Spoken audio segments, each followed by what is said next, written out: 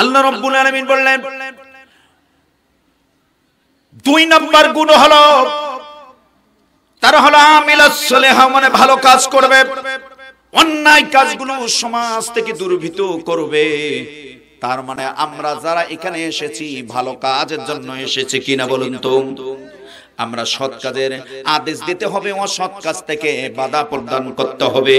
আমার নবী সাল্লাল্লাহু আলাইহি ওয়াসাল্লাম যতদিন আমার নবীজি সৎ কাজের আদেশ দিয়েছেন, আমার নবীজিকে কেউ কিছু বলে নাই। আবু জাহিলও কিছু বলে নাই, উতবাও কিছু বলে নাই, শাইবাও কিছু বলে নাই, ওলীদ ইবনে মুগীরাও কিছু বলে নাই, কারণ সকলেই আমার নবীজিকে আল আলামিন বলেছিল। আমার নবী সাল্লাল্লাহু আলাইহি ওয়াসাল্লাম যখন সৎ কাজের আদেশ দিলেন, অসৎ কাজ থেকে সমাজ থেকে দূরীভূত করতে চাইলেন, ঠিক সেই সময় আমার নবীজির বিরুদ্ধে স্লোগান শুরু হয়ে গেল।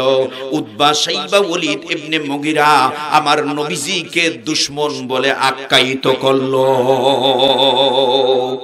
আমার নবীজির শুধু দোষ হলো একটাই, আমার নবীজি সৎ কাজের আদেশ দিয়েছে, অসৎ কাজগুলো সমাজ থেকে উৎখাত করতে চেয়েছে। আমার নবীজি সমাজ থেকে উৎখাত কি করতেছিল? জুয়া, মদ, ফেন্সিডিল সব কিছু সমাজ থেকে উৎখাত করে ওই সমাজটা একটি সোনালী সমাজ যখন কায়েম করার জন্য মানুষের কাছে যখন এই প্রস্তাব দিতে থাকলেন, আমার নবীজিকে তারা আর ভালো চোখে দেখলো না। আমার নবীজিকে তারা দুশমন হিসাবে মেনে নিয়ে আমার নবীজির উপর জুলুম, নির্যাতন, স্টিমুলার চালাতে থাকলো। কথা বলেন, কথা বলেন আমার ভাইরা। আবু জাহিল, উতবা, শাইবা, ওলীদ ইবনে মুগীরা আমার নবীজি যখন ঘর থেকে বাইর হয়ে যায় মানুষকে সৎ কাজের আদেশ দেওয়ার জন্য, মানুষকে দিন কায়েমের আন্দোলনের জন্য, মানুষকে দিনের পথে ডাকার জন্য, যখন আমার নবীজি ঘর থেকে বাইর হয়ে যায়, ঠিক আমার নবীজির পথকে রোধ করার জন্য আবু জাহিল বিশাল বড় একটা গর্ত করেছিল। কি করেছিল? গর্ত করেছিল। আমার নবীজি ওই গর্তের মধ্যে পড়বে। সকাল বেলা আবু জাহিল ওই গর্তের মধ্যে মাটি দিয়ে আমার নবীজিকে জীবন্ত কবর দেবে। আল্লাহ বললেন ওমাকারু ওমাকারাল্লাহ আল্লাহু খায়রুল মাকিরিন, আমার আল্লাহর মক্কর কিন্তু সবচেয়ে বড় বেশি। কথা বলো ঠিক কিনা আমার ভাইরা? আল্লাহ রাব্বুল আলামিন সকাল বেলা আমার নবীজিকে ওই গর্তের উপর দিয়ে আল্লাহর ফেরেশতার ডানা দিয়ে আমার নবীজিকে পার করে নিয়ে গেলেন। নিয়ে যে আমার নবীজি ইসলামের দাওয়াত দিতে থাকলেন। কিন্তু আবু জাহিল ভাবলো মনে হয় নবী মুহাম্মদ এই গর্তের মধ্যে পড়েছে। এই গর্তটা দেখার জন্য যখন এসেছে, গর্তটার দিকে নিচের দিকে যখন দেখতেছিল, হাড় করে গর্তের মধ্যে যখন ওই আবু জাহিল পড়ে ছিল, গর্তের মধ্যে পড়ে যাবার পরে গর্ত থেকে আওয়াজ দেওয়া শুরু করলো, অশ্লীল ভাষা, গালিগালাজ যখন শুরু করলো, আশেপাশের লোকজন যখন চলে আসলো, সকলে বলল এটা কি মানুষের কাজ হতে পারে? এটা ভালো মানুষের কোনো কাজ হতে পারে না। রোডের মধ্যে গর্ত করে এটা 100% একটা হলো খারাপ মানুষ। কথা বলেন, দিন গর্তটা করেছে কে? এই কথা বলেন না কেন? গর্তটা করেছে আবু জাহিল। আবু জাহিল বলছে আর তোরা কথা বলিস না, আমারে তোরা বাঁচাও, গর্তের থেকে তোল। আমার ভাইরা গর্তের মধ্যে যখন হাত নামে দেয়, আমার ভাইরা হাত যতদূর চলে যায় তার চেয়ে দ্বিগুণ নিচে ওই গর্তটা গভীর হয়ে যায়। আল্লাহু আকবার। রশি নামে দেয়, রশি আরো নিচে চলে যায়।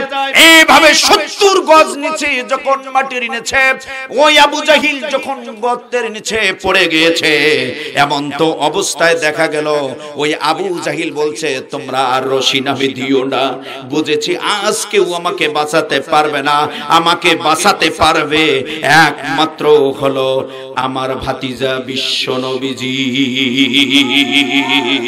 আর জোরে বলেন আল্লাহু আকবার। আমার ভাইদের অশ্লীল ভাষার গালি গালাজ তখন থেকে আসছে আবু জাহিল যেদিন গর্ত করেছে। কথা বলুন ঠিক কিনা? এই আবু জাহিলে খারাপ ভাষা রেখেছে। আমার ভাইরা এই সমাজের মধ্যে আবু জাহিল কেউ কারো নাম রাখে? কেউ রাখে? মুহাম্মদ নাম আছে না নাই? আব্দুর রহিম নাম আছে না নাই? কেউ কি আবু জাহিল রাখছে? কারণ আবু জাহিল না রাখার কারণ হলো এই আবু জাহিল একটা অভিশপ্ত। কথা বলুন ঠিক কিনা? কে আসলো? কে আসলো?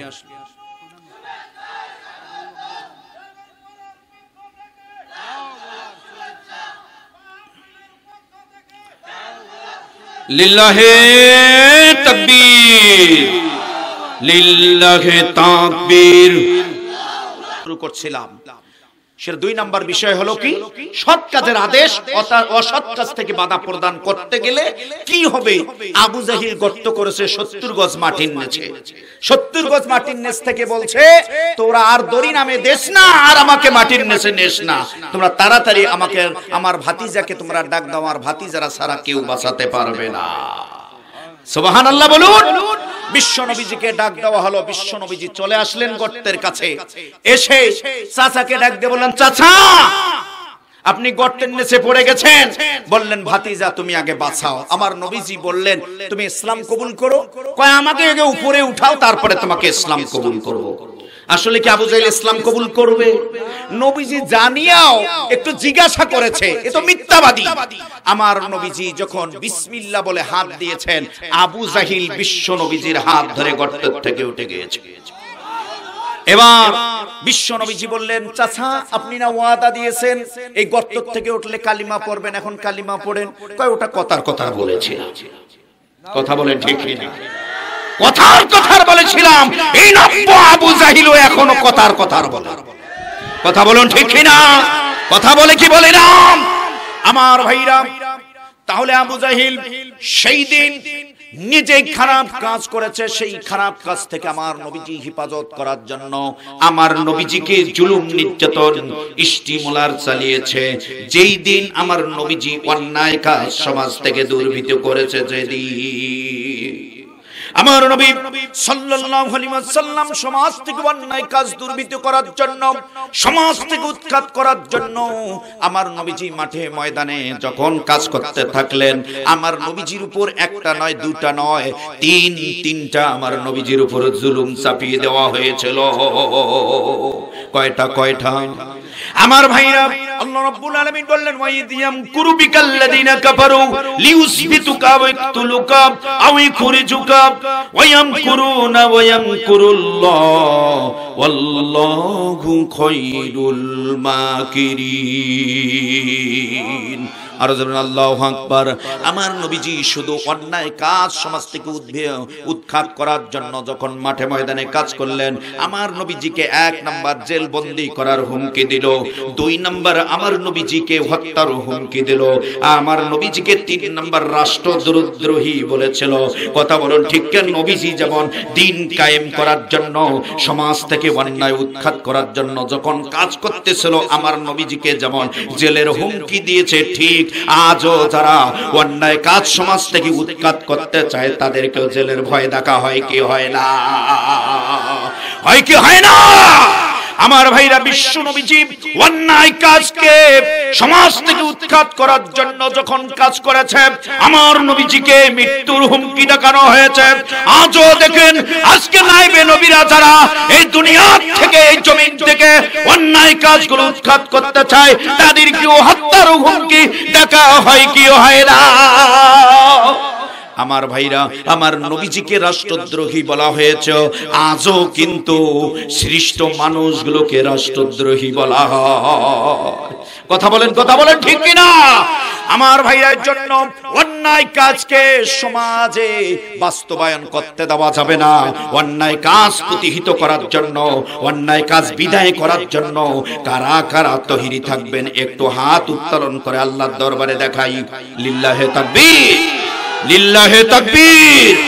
আল্লাহ রাব্বুল আলামিন কবুল করে নেন। আর বাকি আছে 2টা, শুধু তরজমা করে দিয়ে আমি বিদায় নিচ্ছি। আল্লাহ রাব্বুল আলামিন বললেন, ওয়া তাওয়াসাউ বিল হক। আল্লাহু আকবার বলুন। 3 নম্বর শর্ত হলো, যারা হকের প্রতি মানুষদেরকে উপদেশ দেবে, হকের পথে ডাকবে। হক শব্দের এখানে তাফসীর এসেছে, মানুষকে হকের পথে ডাকবে, মানুষকে দিন কায়েমের আন্দোলনের পথে মানুষদেরকে আহ্বান করবে।